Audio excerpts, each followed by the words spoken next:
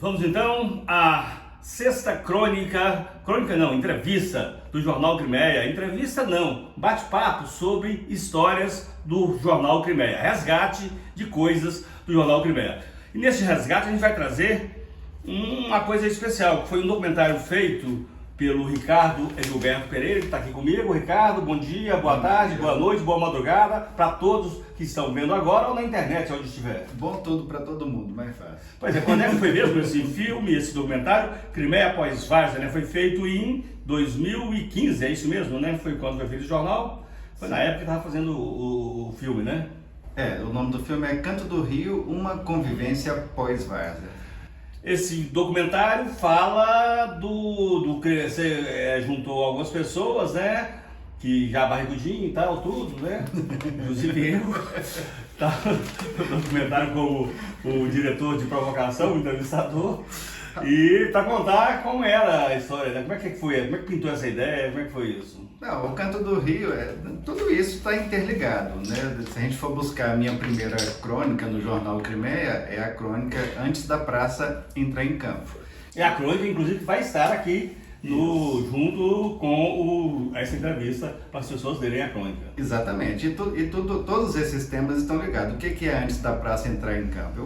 Eu conto nessa crônica, né, o que era o Crimeia antes dele se tornar, antes da praça, que era um campo de futebol, que era o local de convivência das pessoas, se tornar um concreto, um monte de concreto que na época meio que acabou com essa convivência que existia, né? Hoje tem outras convivências, tudo bem, mas na época a grande convivência do setor era o campo de futebol, e quando a praça entrou em campo, essa convivência acabou que... O meu modo de ver na época, as pessoas ficaram meio perdidas, sem saber o que fazer com aquela praça, né? Então, essa crônica foi um desabafo meu, né, sobre essa história.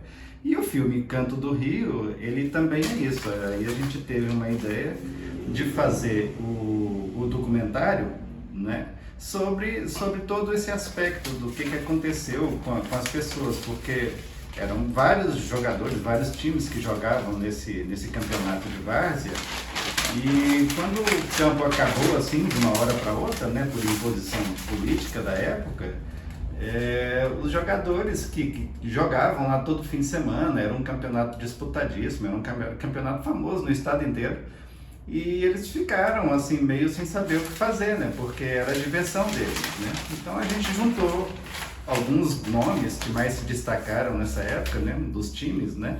Eu me lembro que eu era criança, eu era torcedor do Arsenal, porque o meu irmão, né, o Petrônio, né, era o camisa 10 do Arsenal, então eu ia lá ver todos os jogos, aí tinha a rivalidade com o Ouro Verde, principalmente, que era o outro time também. Todo mundo era amigo no Crimeia, mas tinha a rivalidade dos times. Tinha o time do João Ferrinho, Canto do Rio, Papelaria Natal. Tinha umas porradas de vez em Tinha o quando, Figueirense, né, que era o time que depois substituiu o Arsenal, né, depois, né? Sim, tinha o pessoal do Ferroviário também. Vasquinho do Guanabara. Vasquinho do Guanabara. Ixi, era terrível, pessoal. Era Nossa. time demais. Tinha o pessoal do Ferroviário, time do Ferroviário. Você jogou em qual? Eu joguei na Natal Júnior. A Natal Júnior. Natal Júnior, eu joguei na Natal Júnior, só que aí, com 16, 17 anos, comecei a fazer teatro, comecei a gostar de teatro, e aí fui fazer teatro. O Assis um dia perguntou pra mim: e aí, você vai jogar bola ou fazer teatro? Eu falei: Assis, eu tô gostando de fazer teatro. Eu ia matar o ensaio. Aí eu me lembro um dia que a Natal Júnior foi jogar no Serra Dourada, na preliminar daquele jogo tumultuado, Flamengo e Atlético Mineiro, que deu briga. Não roda nada, a Natal Júnior jogou aquela preliminar. E eu não fui nem convocado, mas eu fui pra lá, fiquei lá, vi aquela torcida lá, né? Nem pra ficar no banco eu fui. Aí, mas você não vem treinar aí, quer ser convocado? Sei que. Aí eu parei. Mas a história é sua, não é minha não. Deixa a minha história pra lá. Mas isso, essa história, ela é a história do Crimeia, né? Você faz parte dessa história. Foi juntou que eu tô vendo aqui o Assis, né? Que foi entrevistado, o Boqueira, o Assis, que foi o técnico da Natal Júnior, depois foi do Figueirense. E do Arsenal também. Aqui o Boqueira. Goleiro do Ouro Verde. Goleiro do Ouro Verde, Boqueira. Deixa eu ver aqui, depois mostra lá. Muita gente, o Toniel. O Toniel Regis, o Lica, né? O Lica. E o outro entrevistado qual que era? O Toniel Regis, o Lica, o Boqueira. O João Ferrinho. O João Ferrinho, o João Ferrinho, que tem uma história dele, a gente já falou sobre o João Ferrinho no jornal. Foi uma história assim que o Lica, por exemplo, falou que era o domingo de futebol, o jogo das 10 horas da manhã, que era o principal jogo, né? Era como ver uma corrida de Ayrton Senna na TV. Quer dizer, a emoção que ele guarda, ele fala isso quase chorando. A emoção que ele guarda, né, desse resgate que você fez, e quando entrevistou ele mostrou isso, né, essa coisa que ficou para trás, essa coisa gostosa, saudade. Não, na verdade, esse filme, assim, ele acabou que no final das contas foi um chororô danado, porque foi quase que uma sessão de terapia ali com todo mundo, que o campo acabou sem nenhuma conversa, né? E de repente eles juntaram todos eles para conversar assim e começaram a resgatar as histórias, e tudo isso tá no filme, as histórias do que aconteceu, tinha histórias pitorescas, né? E falaram também do lado político, de tudo que aconteceu, como é que a história aconteceu. E assim, a emoção se aflorou bastante, assim, foi um chororô danado no filme. Falando em história, a gente conta essa história também no outro documentário, esse, com a participação dele da minha direção, comigo, junto, que é o Canto do Rio, não, o Voo do Juriti, que conta a história também, né, do fim do campo e o nascimento do Festival Juriti de Música e Poesia Encenada. Inclusive, Ricardo e Gilberto, todo mundo que eu encontro pela cidade, poetas, compositores, me cobram. E aí, quando é que vai ser o próximo Juriti? Que as pessoas realmente guardam músicas e poesias para participar do Juriti. E me cobram, o último foi em 2021, foi virtual, né? Eu falei, não, o cara do Juriti não sou eu. Eu apresento o Juriti, eu faço assessoria de imprensa, mas o cara do Juriti é o Ricardo e Gilberto. E aí, queria que você falasse alguma coisa, porque não vai ter mais Juriti, vai acabar o Juriti. 8 edições? Não é que vai chegar a 8ª edição, não? Não é que não vai ter mais, a gente entrou num processo de depressão pós-pandemia, né? Foi meio traumático fazer o Juriti daquela forma, e a gente fez porque tinha que fazer, tinha que cumprir edital, a gente tinha que fazer, né? Então isso, a gente fez. O 7º Juriti, né? Foi lá no Centro Cultural da UFG. Foi tudo online. Foi feito durante a pandemia e online, foi uma loucura. Foi uma loucura. Mas deu certo, todo mundo gostou. Deu certo, todo mundo gostou. Mas aí todo mundo a gente tem nossos processos de coisa para fazer da vida também. E o Juriti é um festival que precisa de muita dedicação para fazer, né? Mas e aí? Aí um dia vai voltar. Esse ano ainda a gente não vai ter como participar porque o Juriti não é um festival comercial. Né? Um festival autoral, né? É um festival autoral. Tanto de poesia como de música. A gente necessita ter o apoio do governo por meio de editais e tal, porque a gente nunca teve o objetivo de lucrar com o Juriti, nunca foi esse nosso objetivo e nunca vai ser. Então a gente precisa repensar, ver como é que vai estruturar e entrar em edital, isso leva tempo. E esse ano a gente não está com tempo de entrar em edital para buscar um financiamento. Então isso vai ficar para o ano que vem, provavelmente, né? E aí a gente vai estudar, porque a gente está fazendo outras coisas. Eu estou fazendo esse filme que a gente tem que entregar agora. Isso mesmo que eu ia perguntar. Você está fazendo um outro filme agora que parece que vai estrear dia 27, já está tudo certo, isso? Como é que é? Tá tudo certo, a gente vai estrear dia 27, tem uma programação com 2 oficinas também, né? A gente ainda está vendo os detalhes sobre esse filme. Ouro, parece? Não, vai ser na Vila Coralina. Ali ao lado do Teatro Goiânia. Ah, sim. E o filme como é que é? Conta um pouquinho do filme. O filme dá como é que fala? Um spoiler. A gente depois vai fazer uma entrevista sobre o filme mais pra frente, contando melhor. Mas o nome do filme é O Menino que Sonhava Bola e Bolava Sonhos.